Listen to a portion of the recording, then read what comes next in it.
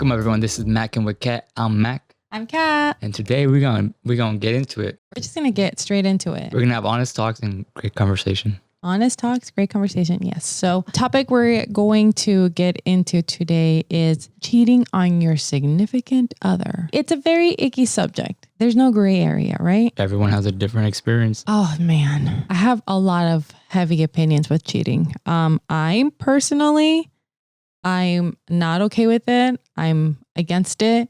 Obviously, I know with other people, there's different situations, and there are some people that can forgive their significant others, which more power to you. I feel like I wouldn't.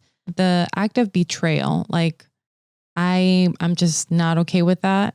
I feel like relationships are built on trust, relationship, and when you go behind someone's back and you do the whole act, be with someone else and then being sneaky, that's a no. What's your opinion?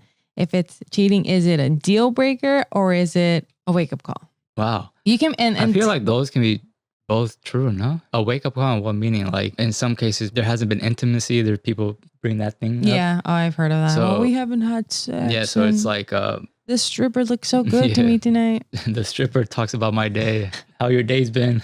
Yeah, I also feel like the wake up call is gonna be if you still want to date her or be with that person. That's the wake up call of you not accepting, but like realizing that this happened and it could happen again. It could happen again, but you have to do some trusting within yourself. Yeah, that's tough. Have you experienced being cheated on? No. Okay. So I've never been cheated on, but I'm sure it gets hard when there's children involved. Ugh. When it's not just like I've been dating her for years. Yeah. It's more of like they built something together. And you just take a big old perfect example. The Coldplay situation. The Coldplay situation was indeed a Coldplay.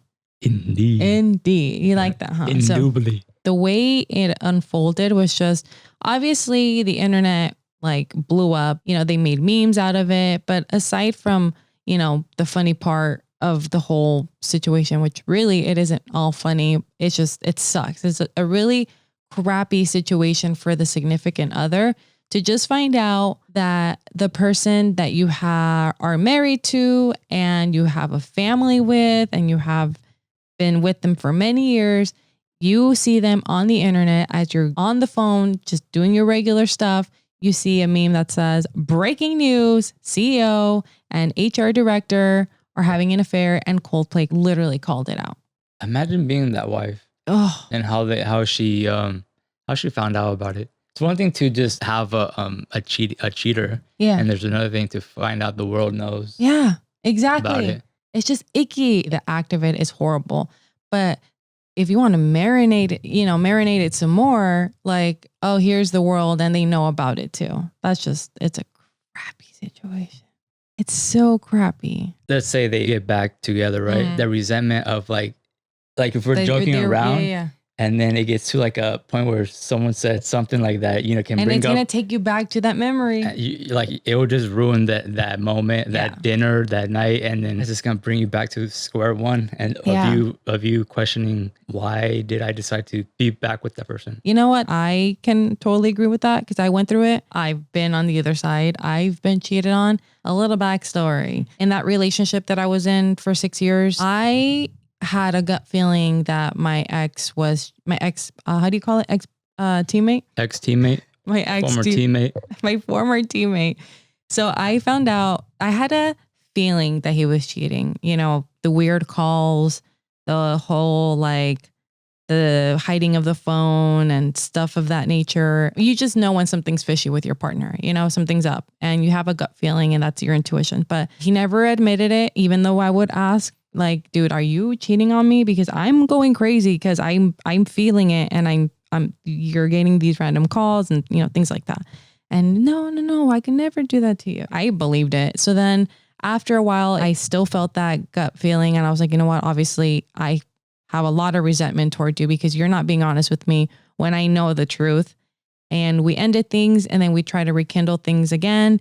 And for the life of me, even after I, not being with this person, coming back, like I still had that resentment. Like, holy crap, you did this to me. You weren't honest with me in the beginning. I knew about it and you still, were gaslighting me.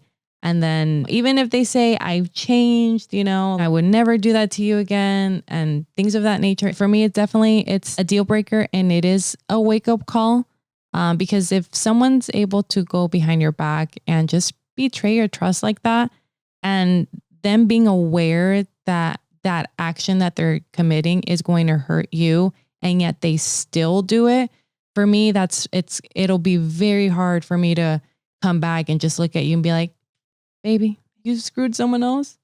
It's okay. You know what? It's fine. Like, I can't do that. There's no way. Yeah. It's just an icky feeling. Being cheated on sucks. Don't do it. Some people have their threshold is very high, which meaning if they do get cheated on, they can forgive. But people with no threshold, they get cut outy like a belly button. I literally was just going to say that right now. Yeah. Get out of my head. Yeah, man. It's tough. It's a tough world out there, man. For those who forgive, we would like to know what has made it easier for you to move on and just forgive this person. And for those who cut ties, like I would, we want to know why you would cut ties.